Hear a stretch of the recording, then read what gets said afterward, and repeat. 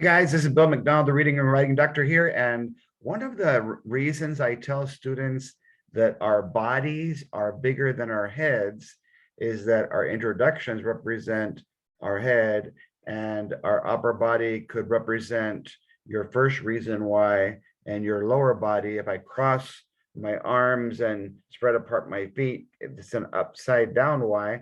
That could be my second why. And then once you give me a why, which would be sort of like a topic sentence, a main idea, and explain yourself a little bit, you want to give an example that's what we've talked about so far, current event, sorry, in order that we did it, we personal anecdote based on a personal experience of you or someone you know, or it could be a hypothetical. It could happen, but it didn't really happen to me or anybody I know. I just know that it can happen. A current event example from the news, a book, magazine, article, movie, etc.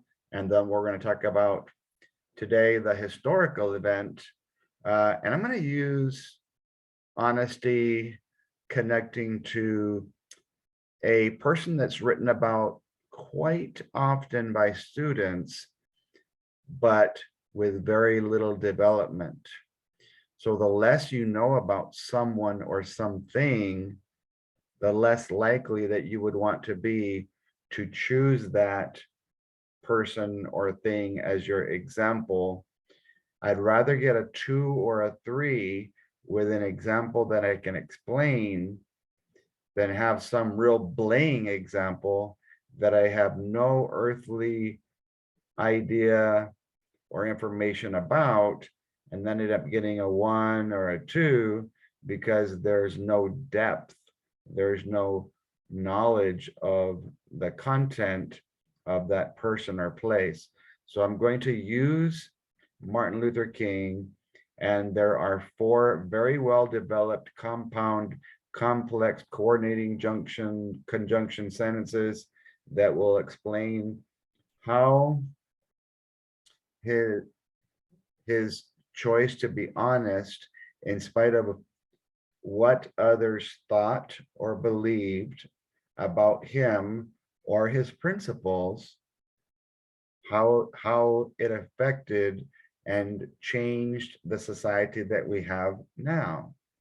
So again, it's the importance of honesty as the prompt, the topic, the purpose is expository, where I have a thesis statement, an idea about the topic, the importance of honesty. I tell you why, and I give 1 or 2 examples that explain and explode, have an ending, and double check for editing and revising before I turn the paper in. So let's get straight to our last essay. This is for all of you who have the STAR writing guide for expository and persuasive. Why am I going over the expository so much in depth?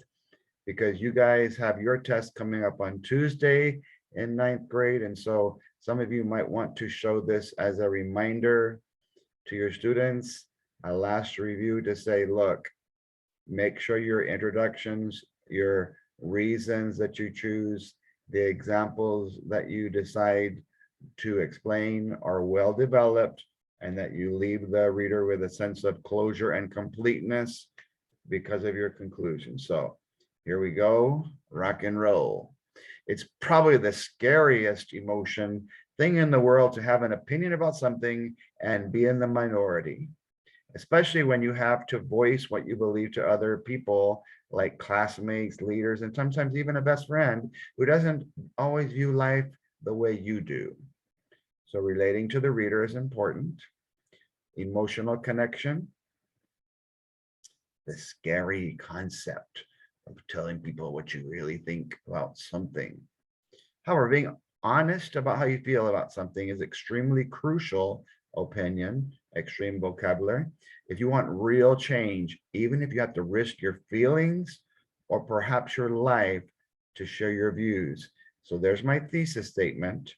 Being honest about how you feel about something is crucial for change, even to the extreme of risking your feelings or perhaps your life. The reason I used that part because I knew that I was going to use the example of Martin Luther King risking his life and actually losing it. I felt it was important to throw that in to my introduction to the reader. So then we spend a few sentences telling you why and building up what you think and what you feel and believe about the topic related to your idea called the thesis. Then when we get down here, where I circle in blue, we see how much time we spent on our example that we explain. Fear of rejection is a monster that no one likes to face. So it's a metaphor comparing fear of rejection to a monster.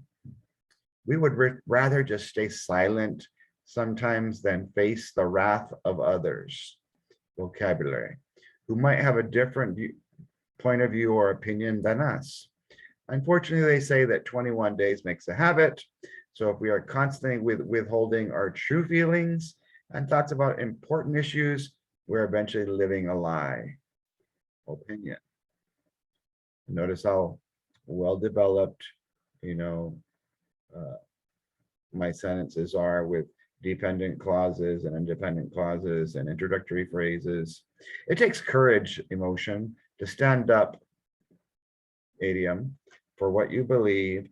But if you can do whatever it takes to make it happen, who knows what positive impact you can have on those around you and possibly even the whole world. Why did I say that? Because I'm about to transmission, also known as transition, to my example that supports all of what I just told you with my pencil. One of the most famous men who stood up against injustice and said what he felt from his heart was Martin Luther King, period. One sentence. He believed that people of all races and genders should be treated with equality and respect. And I'm going to put he in here. He was not afraid to say this to anyone who was willing to listen, so that I could have a coordinating conjunction with two independent clauses. It's probably better to add the he in there. This is just my rough draft. He was spat on, so I wanted to paint a picture. What did we possibly see or hear or sense if we were alive during then? Or what have we seen, heard, or sensed on the news?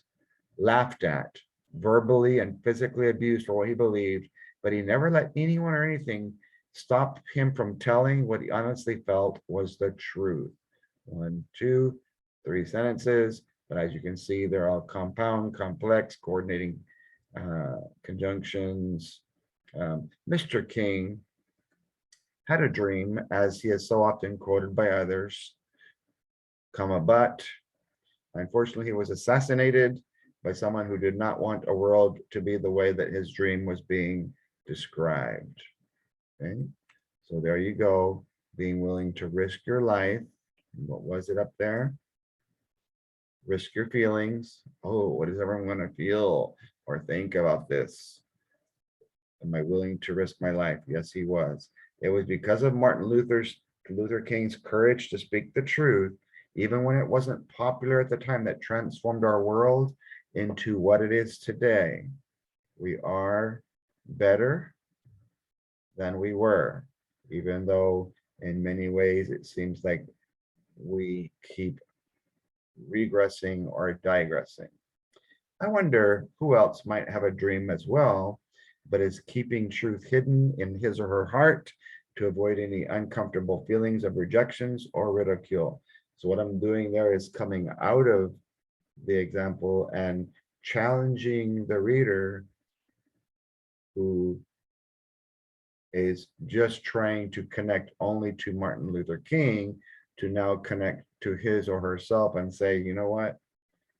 There's some things that I think are wrong, things that need to be changed, and I haven't up till now been doing anything about it.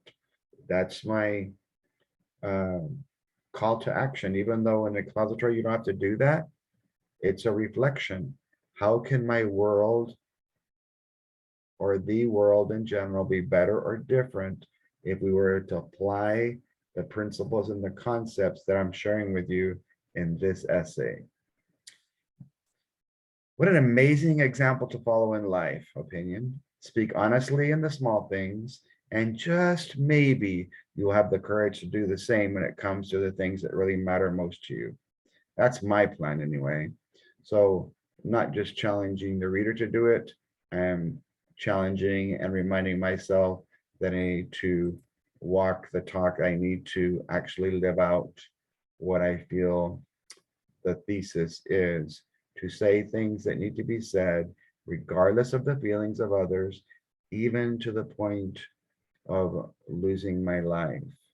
Sometimes we're so afraid to lose our life that we forget that we're not even living it. So let that sink in for a little bit. God bless you and yours. Have yourself a blessed weekend. The rest of it, go ahead and check the other three sample essays that I sent.